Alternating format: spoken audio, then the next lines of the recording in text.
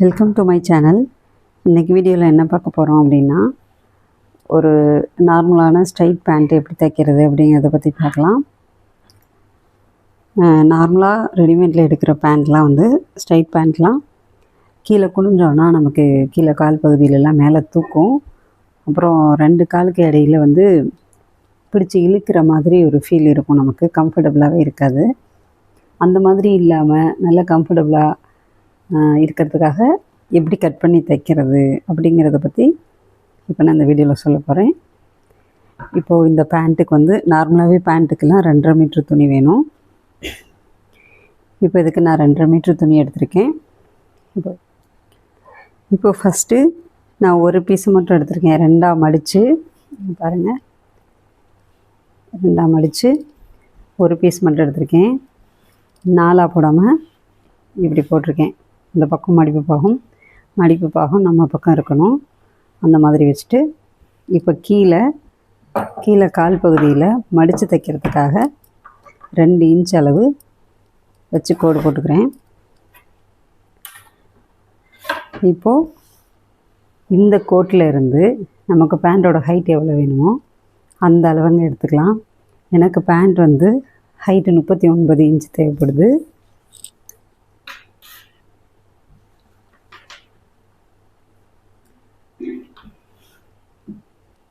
So இந்த கோட்டில் இருந்து 39 இன்ச் வச்சு எடுத்துக்கிறேன்.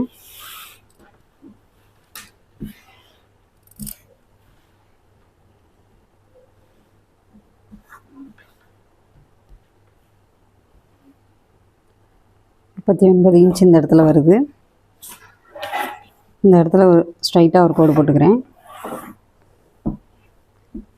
இப்போ இதுக்கு மேலே இடுப்பில் மடித்து தைக்கிறதுக்காக இந்த இடத்துல ஒரு 2 இன்ச் விடணும். மடித்து தைச்சி நாடாக போடுற மாதிரி இருந்தாலும் சரி, இல்லை எலாஸ்டிக் போடுற மாதிரி இருந்தாலும் இந்த இடத்துல 2 இன்ச்சு தையலுக்காக மடித்து தைக்கிறதுக்காக விடணும். நான் அதை விட்டேன். இப்போ இந்த இடத்துல இடுப்போட சுற்றளவு எவ்வளோ அப்படிங்கிறத நம்ம எடுக்கணும்.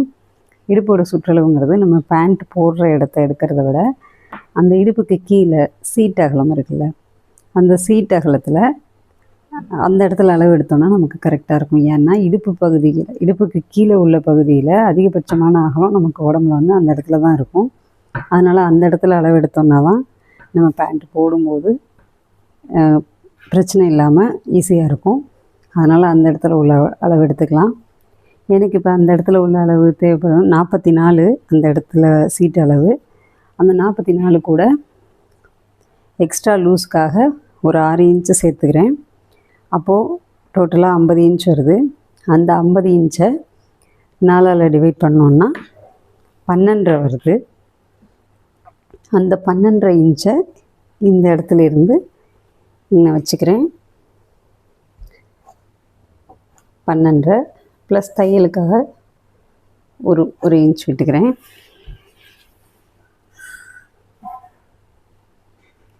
தெரியுதா? இல்லைன்னா வேறு சாக் பீஸ் யூஸ் பண்ணவா? இந்த இடத்துல 12.5 இன்ச் மார்க் பண்ணியிருக்கேன். ப்ளஸ் தையலுக்காக 1 இன்ச் எக்ஸ்ட்ரா சேர்த்துருக்கேன். இது இடுப்போட சுற்றளவு. இப்போ இடுப்புலேருந்து கீழே இந்த 2 காலுக்கு இடையிலான அளவு வேணும்ல, அந்த அளவு எடுக்கிறதுக்கு எந்த அளவு வைக்கிறது அப்படின்னு உங்களுக்கு கன்ஃபியூஷனாக இருக்கும். அது வந்து நம்ம இங்கேருந்து அந்த 4ஆல் டிவைட் பண்ணி வைக்கிறோம்ல, அந்த சுற்றளவை இடுப்பு சுற்றளவை 4ஆல் டிவைட் பண்ணி 12.5 வந்ததில்ல, அந்த 12.5 இந்த இடத்துல வைக்கலாம். இந்த இடத்துல வருது 12.5 வச்சு இப்படி ஸ்ட்ரைட்டாக ஒரு கோடு போட்டுக்கிறேன்.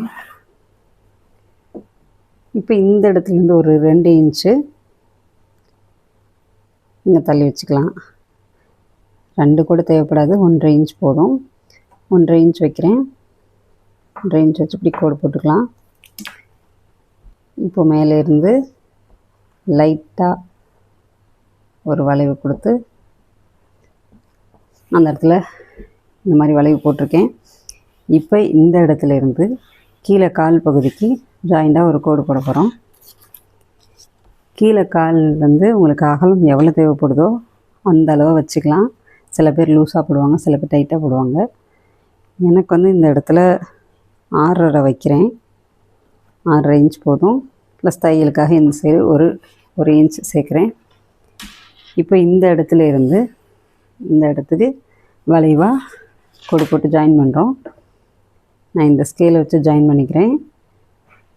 ஸ்கேல் வச்சு இந்த மாதிரி வளைவான ஸ்கேல் வச்சும் போட்டுக்கலாம், இல்லாதவங்க கையாலையும் வரைஞ்சிக்கலாம்.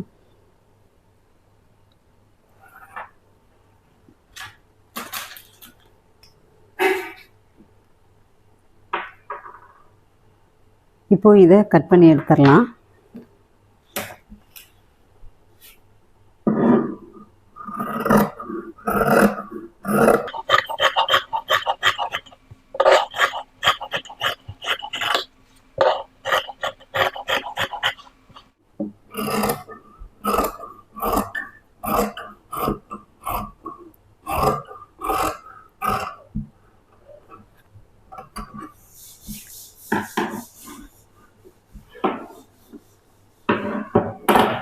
இப்போ இந்த மாதிரி கட் பண்ணி எடுத்துட்டேன்.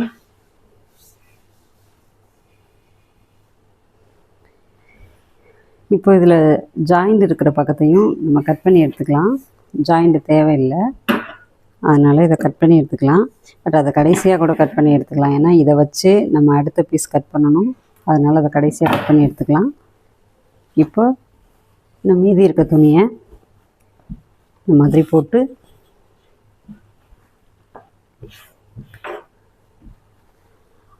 அது மேலேயே இப்போ கட் பண்ணின அந்த கிளாத்தை வைக்கிறேன். கரெக்டாக இந்த ஓரத்துலையும் கரெக்டாக இருக்கிற மாதிரி வச்சு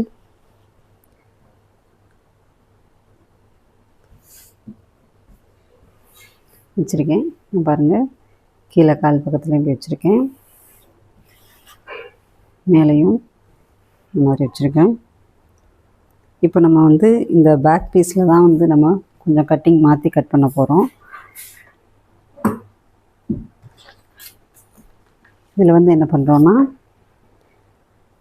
இந்த இடத்துல தான் நமக்கு மடிப்புக்காக போட்டிருக்கிறதோட சேர்த்து இந்த இடத்துல தான் கட் பண்ணியிருக்கோம். உங்களுக்கு தெரியாதுங்கிறதுக்காக கோடு போட்டு காட்டுறேன், வீடியோவில் தெரியாதுங்கிறதுக்காக. இப்போது இந்த இடத்துல இருந்து மேலே ஒரு 2 இன்ச் மார்க் பண்ணிக்கலாம்.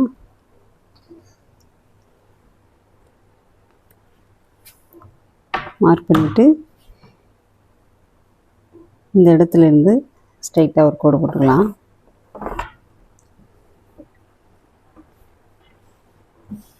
இப்போது ஸ்ட்ரைட்டாக கோடு போட்டிருக்கோமா.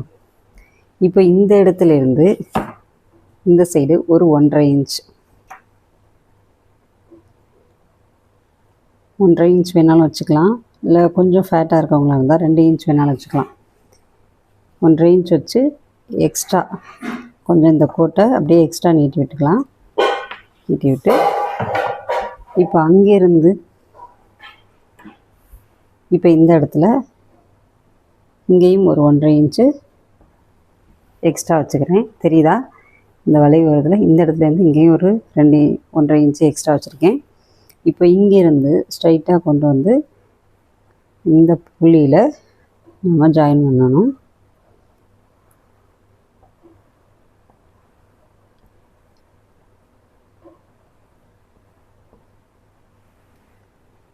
தெரியுதா, இந்த மாதிரி அந்த புள்ளிக்கு நேராக கொண்டு வந்துடுறோம். அதே மாதிரி இந்த சைடும் கீழே வரைக்கும், கீழே கால் வரைக்கும் அதே 1.5 இன்ச்சு அப்படியே கொண்டு வரோம்.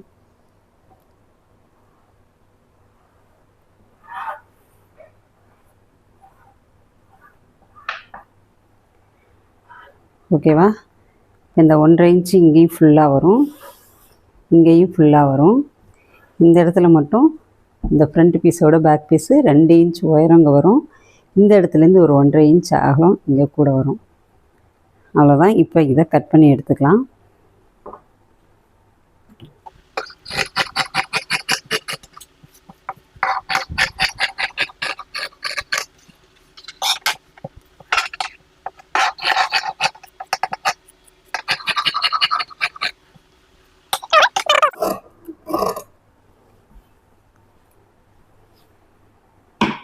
அவ்வளோதான், பேண்ட்டை கட் பண்ணியாச்சு. இனிமேல் என்ன பண்ணுறோன்னா இந்த ரெண்டு பீஸ்லேயுமே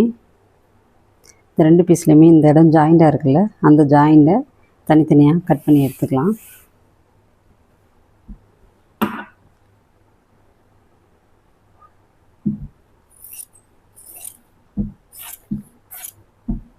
இது பேண்ட்டை ஃபுல்லாக கட் பண்ணதுக்கப்புறமா இந்த மாதிரி தனித்தனியாக கட் பண்ணிட்டோன்னா ஈஸியாக இருக்கும்.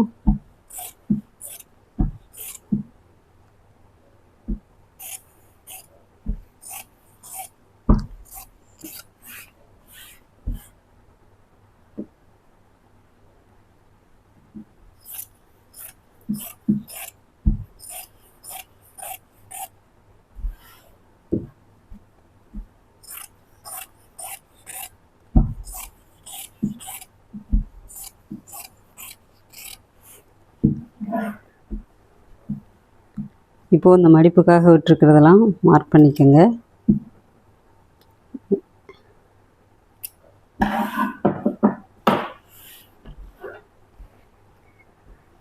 இப்போது கட்டிங் இதில் முடிஞ்சிருச்சு. இதை எப்படி தைக்கிறது அப்படிங்கிறத பற்றி நான் இன்னொரு வீடியோ போடுறேன். இந்த வீடியோ உங்களுக்கு பிடிச்சிருந்ததுன்னா லைக் பண்ணுங்கள், ஷேர் பண்ணுங்கள், கமெண்ட் பண்ணுங்கள். இதில் உங்களுக்கு இன்னும் ஏதாவது புரியாமல் இருந்ததுன்னா எனக்கு கமெண்டில் கேளுங்க, நான் கண்டிப்பாக உங்களுக்கு ஆன்சர் பண்ணுறேன். இல்லை புரிகிற மாதிரியும் வேணால் வேறு ஒரு வீடியோ போடுறேன். உங்களுக்கு புரிஞ்சுதா என்னங்கிறத எனக்கு கமெண்டில் சொல்லுங்கள். தேங்க்யூ.